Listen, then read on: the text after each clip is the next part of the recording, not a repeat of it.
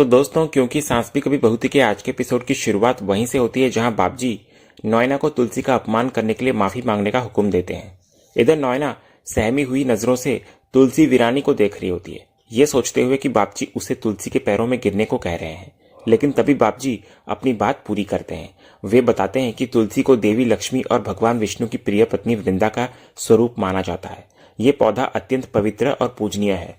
जैसे ही बापजी पौधा शब्द बोलते हैं, नॉयना के चेहरे पर हैरानी और थोड़ी राहत के भाव आते हैं कि उसे इंसान से नहीं बल्कि पौधे से माफी मांगनी है। तभी इधर पास खड़ी सुचित्रा भी बोलती है कि अच्छा, तो ये पौधे की बात हो रही थी। इधर बापजी का आदेश मानते हुए नॉयना को अपनी चप्पलें उतारनी पड़ती है। वो तुलसी के पौधे के पास जाती है जहां ठीक सामने तुलसी वीरानी भी खड़ी होती है। दोनों के बीच सिर्फ वो पौधा होता है। एक दूसरे को देखते ही दोनों फ्लैशबैक में चले जाते हैं। तुलसी को वो दिन याद आने लगता है जब नॉयना ने शांति निकेतन में घुसते ही तुलसी के पौधे को उखाड़कर फेंक दिया था और उसकी गृहस्थी उजाड़ दी थी।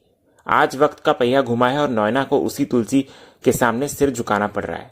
नॉयना इधर बापजी के डर से हाथ जोड़कर प्रणाम करती है, लेकिन उसकी आंखों में भक्ति नहीं बल्कि तुलसी के लिए कड़वाहट साफ दिखती हुई नजर आती है। इसके बाद तुलसी और मिहिर बापजी के पैर छूकर आशीर्वाद लेते हैं। इधर बापजी मिहिर और तुलसी को साथ देखकर खुश होते हैं और कहते हैं कि उनकी आंखों में आज भी वही पुराना प्यार झलकता है जिसका जिक्र बा अम्बा किया करती थी।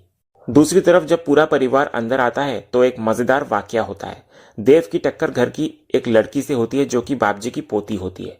इधर देव घर की खूबसूरती को देखकर अमेजिंग और आउट ऑफ द वर्ल्ड कह रहा होता है, जिसे वो लड़की अपनी तारीफ समझ बैठती है और शर्मा जाती है। एपिसोड के दूसरे हिस्से में बापजी वीरानी परिवार के साथ अपनी पुरानी यादें साझा करते हैं। वे बताते हैं कि अम्बा और गोवर्धन उनके बहुत करीबी दोस्त थे। गोवर्धन ने उनको वचन दिया था कि अगर उनके बेटों या पोतों को जरूरत पड़े तो भले ही मना कर देना, लेकिन अगर तुलसी को किसी चीज की जरूरत हो तो एक दोस्त होने का फर्ज निभाना होगा। इसके बाद बापजी तुलसी से शिकायत करते हैं कि उसने कभी उनसे संपर्क नहीं किया, लेकिन अब वो उनको अपने परिवार का बड़ा मानकर कभी भी उनसे मदद मांग सकती है। तो इस पर इधर तुलसी आभार जताने लगती है और बापजी को अपने माता पिता समान मानकर सम्मान देती है। बापजी के जाते ही नॉयना अपना असली रंग दिखाती है। वो तुलसी के पास आती है और कहती है कि जब बापजी खुद मदद की पेशकश कर रहे हैं तो तुलसी को तुरंत कर्ज की मोहलत मांग लेनी चाहिए ताकि उनकी मुसीबत टल जाए। तो तुलसी उसको सब्र और सम्मान का पाठ पढ़ाती है कि सही वक्त और तरीके से मांगी हुई मदद की ही अहमियत होती है। इसके बाद बापजी वापस आकर बताते हैं कि उन्होंने सबके रहने का इंतजाम आउट हाउस में कर दिया है।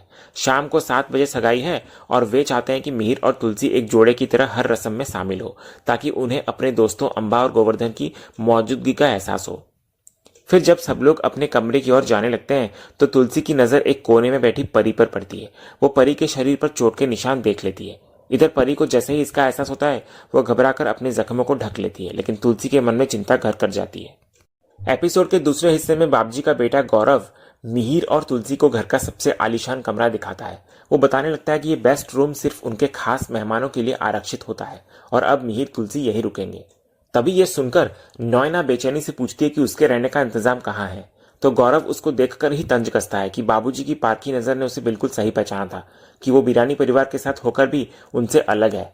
वो नॉयना को साफ कह देता है कि उसे पीछे वाले कमरे में अपनी बहन के साथ रहना होगा। फिर गौरव मजाक में नॉयना को जलील करते हुए कहता है कि ये बड़ा कमरा सिर्फ शादीशुदा कपल्स के लिए है और क्योंकि उनका परिवार शुद्ध शाकाहारी है इसलिए यहाँ कबाब में हड्डी का कोई काम नहीं।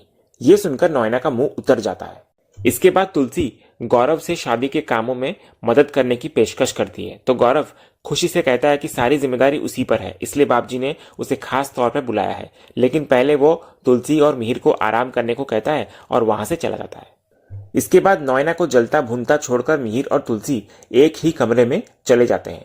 इधर सुचित्रा नॉयना को वहां से ले जाती है ताकि गौरव फिर से कोई तमाशा न खड़ा कर दे। दूसरी तरफ कमरे में आने के बाद मिहिर कड़वाहट से कहता है कि कमरा भला ही खास हो, लेकिन अब उनके रिश्ते में कोई खासियत नहीं बची। वो नॉयना के लिए झूठी फिक्र जाहिर करता है और तुलसी को ताना मारता है कि क्या वो अकेले रहने की आदत के बाद उसके साथ रह पाएगी। लेकिन जब वो पलटता है तो पाता है कि तुलसी उसकी बातें अनसुनी करके जा चुकी होती है। तो अकेले में मिहिर का दर्द भी छलक आता है और वो कबूल करता है कि पिछले 6 सालों में वो भी तुलसी की तरह बिल्कुल अकेला ही रहा है। एपिसोड के दूसरे हिस्से में सगाई की रस्में पूरे धूमधाम से शुरू होती है। दूल्हा दुल्हन अपनी जगह पर बैठते हैं। इसी बीच जब परी दुल्हन की ड्रेस ठीक कर रही होती है तो तुलसी की नजर दोबारा से उसके शरीर पर मौजूद चोट के निशानों पर पड़ती है, जिससे वो गहरी चिंता में पड़ जाती है। फिर आगे समारोह बढ़ता है और बाबजी का परिवार रस्में निभाना शुरू करता है। उनकी बहू नई दुल्हन की आरती उतारती है और शगुन देती है। जब बाबजी तुलसी को दुल्हन को ओढ़नी ओढ़ाने के लिए कहते हैं तो तुलसी विनम्रता से पूछती है कि क्या वो बाजार की महंगी ओढ़नी की जगह अपनी खुद की हाथ से बनाई ओढ़नी दे सकती है।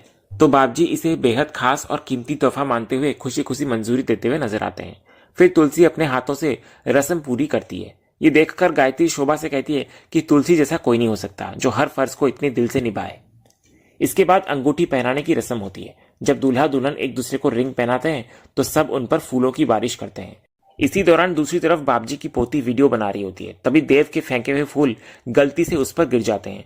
वो पलट कर देखती है और देव को देख मुस्कुरा देती है। वहीं दूसरी तरफ तुलसी देखती है कि परी चुपके से बाहर जा रही है। दूसरी तरफ परी बाहर जाकर रणविजय को वीडियो कॉल करती है और उसे घर में शराब पार्टी करते देख भड़क जाती है।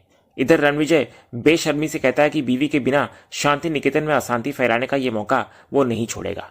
इसके बाद परी को वीडियो में रणविजय के पीछे कुछ लोग और शायद उसकी गर्लफ्रेंड शालिनी दिखाई देती है। तो जैसे ही परी उस पर सवाल उठाती है तो रणविजय उसे जुबान खींच लेने की धमकी देकर फोन काट देता है। तो अपने ही घर में हो रहे इस तमाशे और पति की बदसलूकी से परी टूटकर रोने लगती है।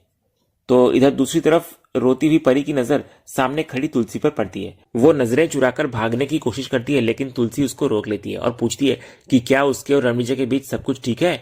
तो परी का दर्द छलक पड़ता है। वो रोते हुए अपनी माँ के गले लग जाती है और अपना सारा दुख बयां कर देती है। वो बताती है कि रणविजय बहुत बुरा इंसान है जिसे उससे या उसकी बेटी से कोई प्यार नहीं, सिर्फ पैसे से मतलब है। वो कबूल करती है कि रणविजय उस पर हाथ उठाता है।